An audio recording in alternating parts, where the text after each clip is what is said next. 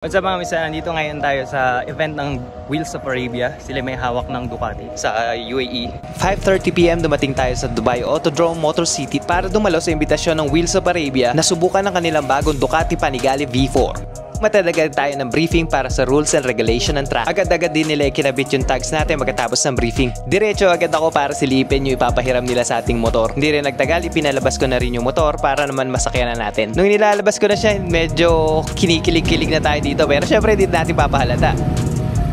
Bago pumasok ng truck, check muna ng mga marshals yung mga gears natin hanggang sa nagbigay na sila ng go signal na pwede na pumasok. First few rounds, syempre track familiarization at nung nagbigay na sila ng go signal na pwede na humataw, paanat agad si Mista.